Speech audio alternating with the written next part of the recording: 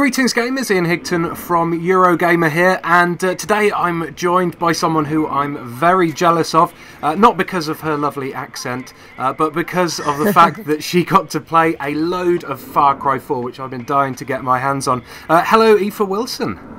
Hello, how are you? I'm okay. I'm looking forward to hearing about how you found Far Cry 4. How long did you actually get to spend with the game?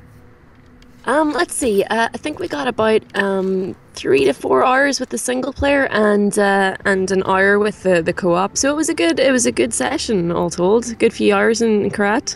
Awesome. So, kind of what position in the game did you start from? Were you chucked in at the beginning or somewhere in the middle?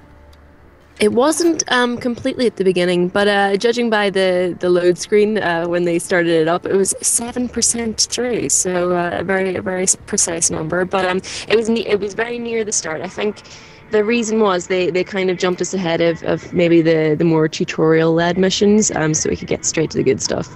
There were multiple campaign missions we could try. There were side quests, and then of course you've got your Far Cry's staple of, the hunting and the outposts and the bell towers, which are Far Cry 4's variant on the radio towers from 3. So there was absolutely loads to do. I mean, they basically just said, there you go, enjoy. And it was interesting to see, because obviously there were a lot of people playing it at the same time, and we came away at the end, and everyone had, obviously they'd done very different things, and the swapping stories was already pretty strong. Sweet. Well, part of the big thing that everyone loved with Far Cry 3 was the fact that you could kind of make up your own story as you went along. You had a lot of choices, but the difference with Far Cry 4 is that there is now a branching narrative story. Yeah, I was speaking to the Far Cry 4's creative director, Alex Hutchinson, and I mean, he said basically the idea for this is, Far Cry 3's story was, I think it's fair to say, it was one of the most criticized aspects of that game, and everyone just wanted to be unleashed upon this island. They didn't really want to be saddled with Jason Brody's story quite so much. And I think they're sort of, they're listening to that in the sense that they're paring back AJ's role a little bit. Obviously he still has a backstory and he still has, his campaign for you to work through, but the reason they want to put in branching narratives now is that those moments where you're swapping stories, no one does that for the single player campaign for Far Cry 3 because it's basically the same every time. But the idea with these branching narratives is it's not going to change your game dramatically. It's not going to give you like a different ending or anything like that. But it's a little bit of a flavor and a tone. Like you can set it, you can choose why you want to carry out a mission. It's not anything radical, but it's interesting, and it's something to talk about maybe afterwards with other people who've played it. Cool. So can you give us an example of a possible narrative choice? Do you have to choose between who to help? It's exactly that, yeah. There was an early mission that I attempted. So you're basically in Karat helping out kind of an insurgency sort of freedom fighter group, I guess, called the Golden Path, which was actually started by AJ's father. And you sort of join forces with these guys, but they've got two leader figures who don't see eye to eye, who have quite different approaches to what they want to get done, and you are basically given a choice to help one or the other. And about three sort of mission beats later, the stories, whichever one you choose, the result is the same, but it's a slightly different mission and a slightly different addressing, I guess, for it. So these two characters, Sabal and Amida, Amida wants you to infiltrate an enemy camp to grab some intel, which may or may not help you guys out. It might be a completely false flag. Whereas Sabal wants you to go to a nearby friendly camp and sort of hold the fort there because they've received word that it's about to be attacked, and he's like, well, if we go and get this intel, it might lead to nothing, and these guys might die for nothing. So you've got to weigh up your options there and decide which one is best for you. Do any of these narrative choices tie in with the new karma system that they've introduced? Um, not. I'm not sure on that actually. I think that the karma system is more for your sort of choice in the open world. So there are new karma events. They're kind of like the random events that happened in Red Dead Redemption, in that there you'll sort of be wandering around and you'll get a little icon flash up on your map, and you can choose to explore that, or you can choose to completely ignore it. But most of the time it's Golden Sun devotees, and they've come under a spot of bother. It could be that they've run in with Pagan Min's followers and they're being kidnapped, or it could be that they're being attacked by a leopard. But basically, you can, if you decide to intervene and to help them, you will receive karma, and increasing your karma level means that you get basically tokens that you can call in the Golden Sun to help you out whenever you get into a bit of bother. And you can get karma through spinning these mani wheels that you find throughout the world as well. And you can actually just buy it as well. You can buy it in the shop or in the trading posts. That's not. You can buy tokens that you can then. That's not monetization, there, is it? That's in-game currency. No. You can buy. I mean, it's in-game currency. Yeah. Awesome. So, one thing I'm worried about with this karma system, because I saw a video earlier, is that you can get minus karma for like blowing up animals and stuff. Weirdly, one of my favourite things to do in Far Cry 3 was running around just pestering the wildlife, basically. And I'm kind of worried that trolling people, trolling animals. I'm kind of worried that maybe the karma system might restrict the way I'm going to play the game now. It's maybe going to make me less likely to experiment. Do you think that would be the case? Well, I guess it depends on how much you kind of see yourself using it, I personally, I only, when I was playing it, I only called in support once, and that was just to test out what would happen, It's literally, it'll just bring in a couple of NPCs, and they'll, if you're under fire, they'll shoot back and they'll follow you around for a bit.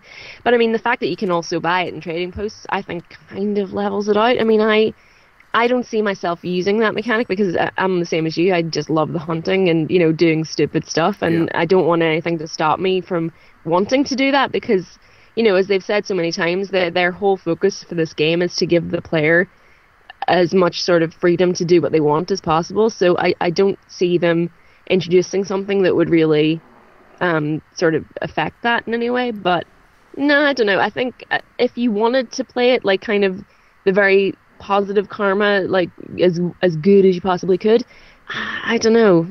It's up to you, I guess. Maybe, I don't know. I don't really want to avoid sticking C4 to honey badgers, but maybe I'll have to if I want a good playthrough. But that just sounds like so much fun. Why would you do that? Well, yeah, that's what I think I'm going to end up. Actually, my first playthrough, I'm going to have awful karma, I think. Yeah, well, there you go. You see, and maybe that's why. Maybe it encourages replayability. But I am all for if I have to get minus karma to sort of blow stuff up, then that's fine by me. Yeah. So talking of honey badgers, did you run into any, or maybe some demon fish, some of the new wildlife? I unfortunately didn't run into a honey badger. I'm really upset by that, but I did have several run-ins with rhinos. Okay. They are tough. I ran into a couple of bears, some snow leopards who are also super tough, an ocelot, tiger, of course. Everything. There's quite a few new things. I didn't actually. At one point I drove past some elephants, and I was just having quite a nice little drive, and I sort of got about 100 foot up the road, and I was like, I should have got out and actually ridden one of those, because that's kind of like, one of the major selling points of this game. So I turned around, I swerved the Jeep around and went back to find it. But at that point, another enemy vehicle had shown up and kind of got in my way, so I didn't get to ride any elephs. I'm upset about that. But that's a cool example of, I guess, the emergent storytelling in this game, and you've got one tale there, probably amongst many. Have you got was there one kind of emergent moment that really stuck out for you when you played? Oh, there were quite a few of them. I mean, the one that jumps into mind straight away is really dumb, but it was it's nothing too exciting, but I really enjoyed it. I was at the top of a mountain. I'd just come back from a I'd been at at the very peak of the Himalayas, because that's actually, you've got a there's a loading screen that separates that from the lowlands part of the map. So I was just at one of the highest points of the lowlands, and I was coming down, and so I had to sidestep to get out of the way of all these sort of stampeding antelopes, and I just watched two bears. Like they had randomly met two bears. Yeah. They had just met each other, and they just started wrestling, and I just found this fascinating. And while they were doing that, an eagle like swooped down out of the sky and like tried to make off with a goat. And I was just like, this is really, like, I felt like David Attenborough. I was just like watching this nature documentary unfold right in front of me in game. And then an ox or something came and like stamped me in the back, but so that was a very gentle example of emergent gameplay, I guess. But there were plenty of examples where I was actually, one of my favorite ones was in co-op, which I have to say I was very mean to my co-op partner, because I made a video about how bad they were, but I was pretty bad too. But I tried to I made a beeline for a microlight, because I just really wanted to get on this microlight, and an NPC just came out of the next building and set me on fire as I was ascending, and I just exploded in a ball of flames. But that's definitely that's a story to take home with you, I guess. But yeah, I guess playing co-op, you're going to have so much more opportunity for crazy mishaps and comical stories. It's so much fun. It's so much fun, yeah. So there's, as far as I know, there's 3 major locations in the game at the moment: the lowlands of Karat, the snowy mountaintops of the Himalayas, and then the magical, mystical, trippy dream world of Shangri-La. Did you? Oh yeah. You get to play around on all 3 of those locations? So I played on the lowlands and the snowy mountaintops at this demo session. I have played Shangri-La before, but it wasn't on this specific this specific trip, I should say. Okay. Obviously, the lowlands of Karat are probably the most similar to Far Cry 3. How was the Yes. snowy locale affected? How did it affect the gameplay? Was it any different? It was quite different. So I only went there once, and it was on a specific mission for the arms dealer, Longinus. So he sends you up there to look for a weapon shipment, and so you walk up to a Sherpa, and then you find yourself suddenly in the Himalayas. And he'd given me a GPS tracker to try and find, because there were a couple of different locations where this shipment could have ended up. So you've got an oxygen mask on, so you've got to keep your oxygen topped up by sort of collecting it from the guards that you kind of kill on the way. So that's something that you've got to keep in mind. And then the visibility obviously is pretty bad when you're up there. And the animals and the vehicles are slightly different because it's a different terrain. You get but other Skidoo, than, don't you? You do, and it was pretty fun. Nice. Yeah. So did you get to have a look through the pause menu and check out the world map at all and see how it was set out? Because Far Cry 3 kind of had that north and south island divide that only kind of opened up halfway through the game. I had a brief look at the map. I didn't study it quite as much as I probably should have. I was busier looking at the skill trees. In Far Cry 3, you had the Tatau. Yeah. Tatau? Is that how you say it? Yeah, I think so. Tatau, yeah. In this one, so that was, I think the Tatau were 3 different branches. In this one, you only have 2. You have the tiger and the elephant. The tiger, predictably, focuses on combat, so it's all about takedowns and being more efficient at killing things.